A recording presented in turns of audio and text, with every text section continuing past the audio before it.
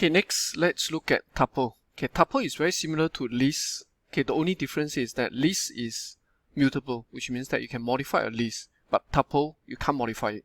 The rest of the behavior are very similar. Okay, so let's create a fruit of tuple type. So to create a tuple, you make use of the parentheses instead of the square bracket. So put in apple, okay, banana, and then cucumber. Okay, and then when you do a print, you'll show a tuple of the fruits. Okay, and if let's say you do a print, the type of fruit is going to be a tuple. Okay, and how do you iterate through this tuple? You use same thing. You make use of the for loop. So for x in fruits, okay, and you print out this x. So you can see that it behaves as exactly the same, just like a list. Okay, and to get an element from the fruits, it's the same thing. You make use of the indexing. So the positive indexing is always start from 0, so 0-based indexing. So fruits square bracket 0, it will give you the first element of the tuple. Okay, let's run. By the way, if when the background Python kernel is running, it will show us asterisk, which means that it's still running. Okay, once the run has completed, it will return and then it will change to a number. Okay, so if let's say you put in 1, it's going to be banana. Okay, but what if let's say you put in -1? -1 is referring to the last element. So last element have an index value of -1, index -2, -3. So when you do a -1, it will give you a cucumber. Okay, but like what I mentioned just now, tuple is unchangeable, which means that it is immutable. So if let's say you're trying to modify these fruits, the first element of the fruits, to something else, for example avocado, then what is going to happen is that it's going to throw you a type error, and it says that this tuple object does not support item assignment because it is read-only. Okay, so next, same thing, you can check whether an item exists inside a tuple or not. So by using the in operator, so you can do a banana in fruits, it gives you true. But if let's say you change it to melon in fruits, and that is going to give you false. Okay, so just recap, to create a list, you make use of the square bracket. So say my list equals to square bracket A, B. Okay, but if let's say you want to create a tuple, you make use of the parentheses A and B. Okay, next is the dictionary. So you can create a dictionary to hold the key value pair. Okay, to hold key value pair. So what is key value pair? Okay, so just imagine if let's say you would like to keep the value of like the data value. Okay, so you do a D equals to create a new dictionary, you make use of the curly bracket. So if let's say you do this and you print out the type of D, it is a dictionary. Okay, but now it is an empty dictionary. So to add a new element into the dictionary, you can do this A and colon A. So in this case, this small character A is the key, and this capital A is the value. Okay, so you can look up a dictionary, you can look up a value by using its key. So using the square bracket, semicolon, single quote A, you run it, it's going to give you A. So in this case, you're trying to print out the value of element with a key equals to small character A. Okay, and the value is printed out is capital A. Okay, so let's create a dictionary that is having multiple values. Okay, so first key value pair is a date, which is 2020, and then 0102. Okay, and next you have weekday, and you put Thursday. Okay, and you would like to save the temperature, and you say, okay, now it's 36 degree. Okay, run it, and if let's say you print out this D, it will give you this key value pair. So key value, key value, key value. Okay, to look up for a value, you need to know its key. So for example, you can say weekday, and let it's going to give you Thursday. Okay. Okay, so same thing. If let's say you would like to look up a value, you need to use its key. So you can iterate through a dictionary just like a list or tuple using the for loop. So you can do a for x in D, print x. Okay, so what does it print out? It print out date, time, and weekday. So can you see that it only print out the key elements, the key. Okay, you only print out the key. So what if let's say you would like to print out the value? So there's two ways of doing it. One way is you do this, D square bracket X. Okay, so X is going to be the key and DX is going to give you the value. So if let's say you run this, you are going to get this. So, or you can do this, X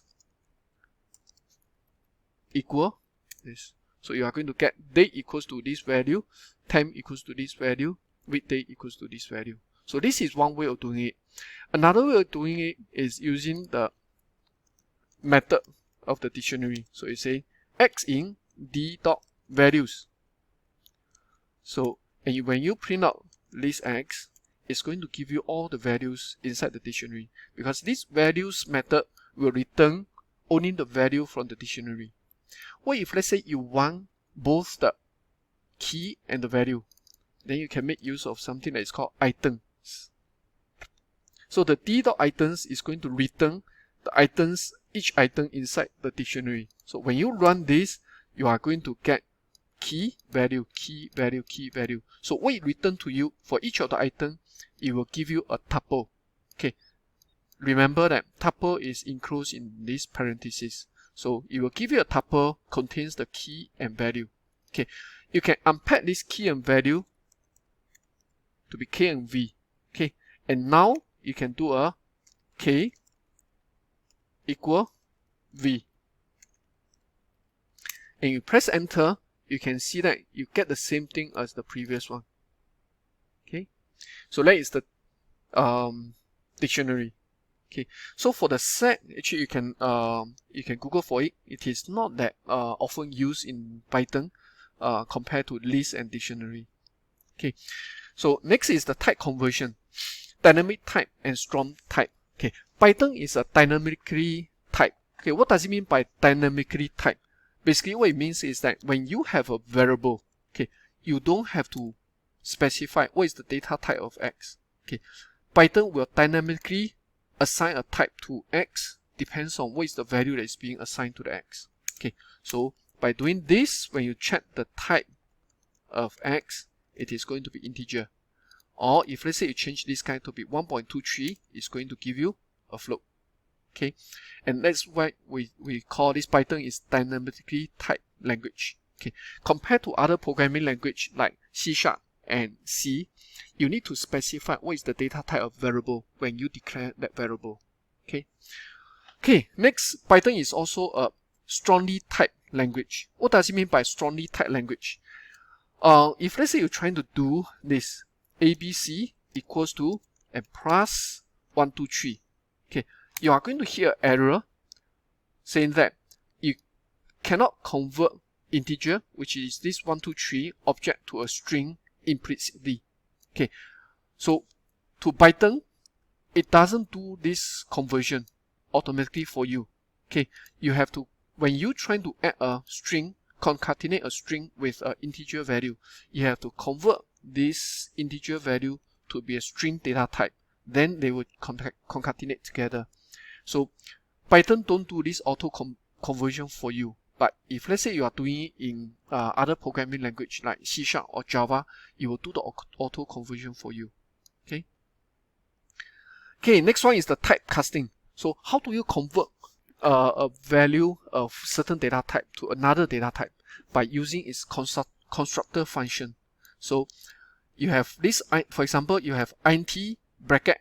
This is a constructor for integer data type. So if let's say you have a x equals to 1, 2, 3. So when you print out list x, it is actually type string. Okay, it is a type string.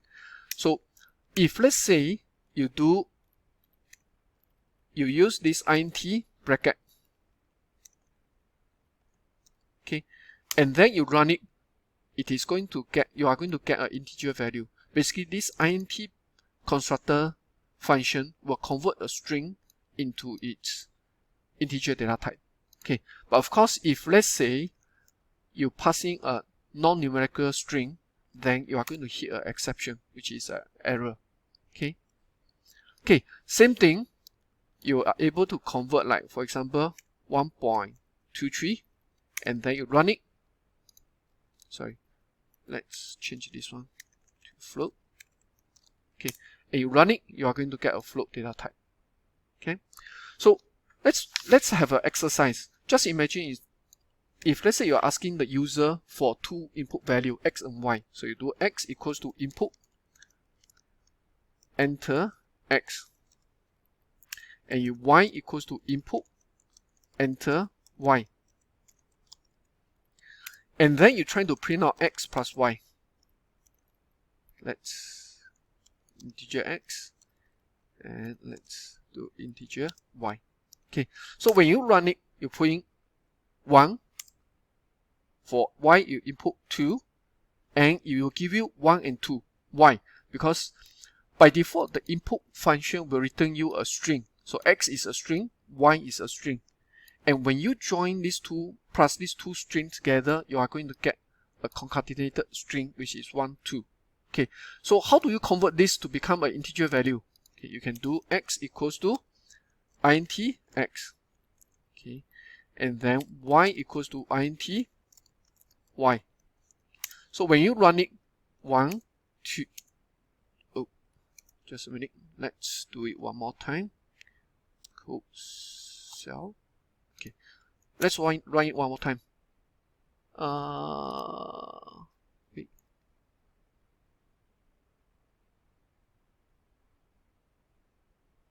Okay, wait.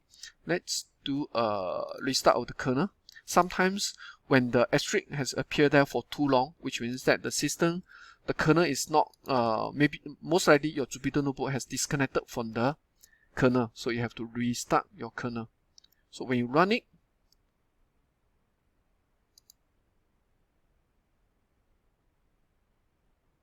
come on. Okay, let's restart this kernel one more time. So you can see the kernel is restarting, and let's run it. So let's run, and it appears as asterisk, which means that it is busy in the background, or you're trying to search for the kernel to connect. Okay. Okay, never mind. So what is happening is that when you just get the value from this input, it's going to be a string. Okay, but when you do a int, okay, you convert string to become a integer, and same thing, you convert y to become a integer as well. So when you print out this, okay, what is going to happen is that you are going to get 3, because 1 plus 2 equals to 3. Okay.